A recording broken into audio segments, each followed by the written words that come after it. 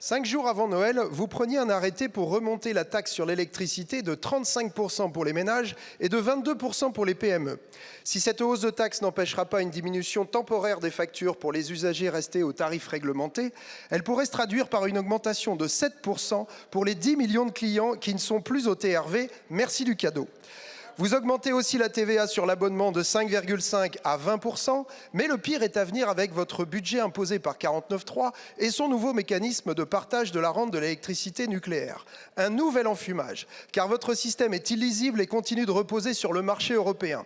Ainsi, nos factures dépendront toujours des prix du gaz. Votre promesse d'un prix cible garanti est aussi mensongère que vos concessions introuvables.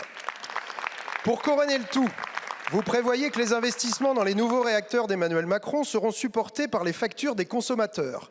La Cour des comptes vient pourtant de rendre un rapport accablant et recommande à ce stade de ne pas engager les investissements dans les EPR2. Si vos services ministériels se sont dit incapables de prédire les factures au 1er janvier 2026, des économistes tablent sur une augmentation de 10% pour les ménages et même 40% pour nos industries électro-intensives. Ce sera donc plus de précarité pour les familles, plus de difficultés pour les collectivités et plus de fermetures d'entreprises après votre coup fourré sur la franchise de TVA pour 200 000 autres entrepreneurs. Je me demande à propos des députés qui ne seraient pas encore décidés à voter la censure, comment ils vont justifier auprès de leurs électeurs que cette ligne rouge soit aussi, elle, devenue rose pâle. Quant à vous, monsieur le ministre, quand allez-vous proposer un projet de loi dédié pour étendre les tarifs réglementés à tous et calculer sur les coûts de production du système électrique français? Merci. Monsieur le député Maxime Lannet, les choses ne se passent pas exactement comme vous le décrivez, si vous me permettez de corriger les choses. Le prix des tarifs réglementés a baissé de 15% le 1er février. Il a baissé de 15%, le niveau de taxe étant revenu à celui où il était avant la crise. Ce sont donc plus de 20 millions de foyers, monsieur le député, qui verront leur facture baisser de 15%.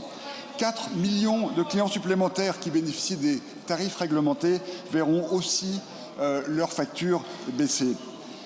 Le mécanisme qui va être mis en place pour remplacer l'Arenh va prévoir que lorsque les prix seront bas, les consommateurs vont en bénéficier. Mais lorsque les prix seront élevés, les profits d'EDF leur seront reversés afin qu'ils bénéficient eux aussi de tarifs compétitifs.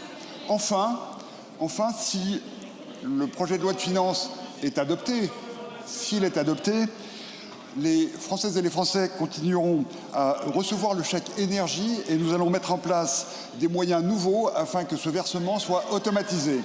Donc vous voyez, nous veillons à ce que le tarif de l'électricité reste bas, ce qui est un élément essentiel si nous voulons décarboner notre économie. Sur ce sujet comme sur les autres, vous empilez et vous enfilez les mensonges et tous ceux qui ne censureront pas devront en répondre.